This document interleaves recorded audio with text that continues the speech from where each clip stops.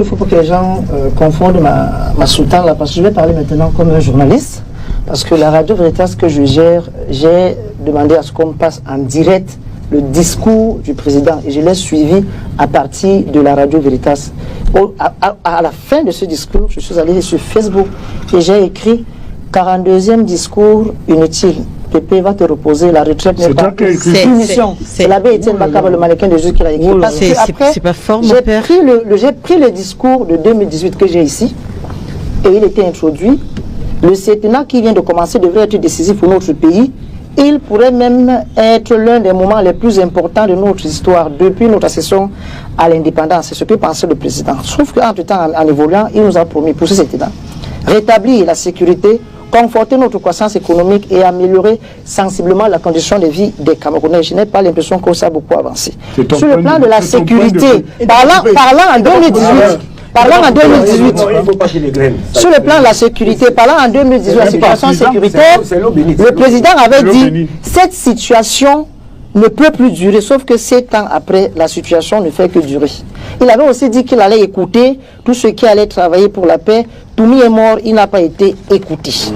Ça, nous sommes en 2018. Et il disait ce jour-là, en parlant des infrastructures de la CAN et du glissement, n'est-ce pas, que toutes ces infrastructures allaient être achevées, ainsi de suite. Vous savez que l'Olymbe aujourd'hui est devenu un champ de patates.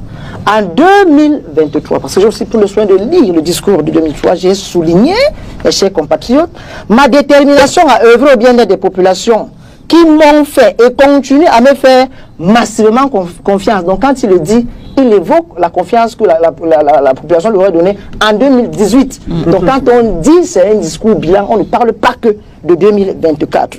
Il avait déjà évoqué le projet d'alimentation en eau potable à Yaoundé qui allait être réel, c'est pas le cas.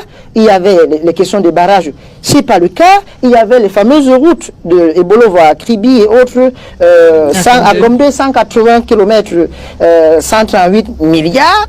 Il y avait déjà à cette époque, on disait 5% de ce budget qui avait été donné pour les études de faisabilité. Les chantiers n'ont jamais démarré. Nous quittons, je lis. Nous quittons, pas de discussion, monsieur Malcolm.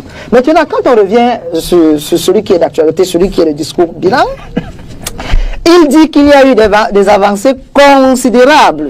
Bon, si quelqu'un dit qu'il n'y a rien eu au Cameroun entre-temps, je crois que ce serait de la malhonnêteté, toute proportion gardée. Enfin. Parce que, donc, toute proportion gardée, si quelqu'un dit qu'il n'y a rien eu, je dirais que c'est malhonnête parce qu'on a quand même vu que sur la route entre Edé et Douala, il y a des sparadraps qu'on a posés sur le goudron, n'est-ce pas, parce qu'il y avait trop de trous. Il y a quand même des choses, on a quand même placé un peu de sparadraps sur la route.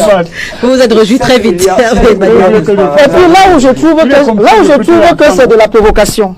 Depuis mon accession à la magistrature suprême, l'amélioration des conditions de vie des Camerounais et des Camerounaises n'a jamais cessé d'être mes préoccupations. Les Camerounais vont répondre eux-mêmes si leurs conditions de vie ont été améliorées là où les prix de tout et de tout grimpent. Donc je dirais qu'au terme, puis c'est sa belle conclusion, oui, je puis vous assurer que ma détermination à vous servir demeure intacte et se renforce au quotidien face à l'ampleur des défis auxquels nous sommes confrontés. Ce que je vais dire à mon papa chéri, à mon grand-père, c'est que, en tant que prêtre, et comme je sais que c'est un ancien séminariste, il doit continuer à servir le pays désormais en récitant le chapelet. Parce que la prière, c'est aussi une manière de servir. Quand on est déjà vieux, on ne peut plus couvrir, on peut prendre le chapelet et prier pour ses enfants. Ouais. Comment tu peux aussi regarder une vidéo sans t'abonner? Abonne-toi! Surtout clique sur la cloche de notification. Ça, c'est la page de Buzz. Si tu veux être au courant des buzz et toutes les actualités au 237, abonne-toi et clique sur la cloche de notification.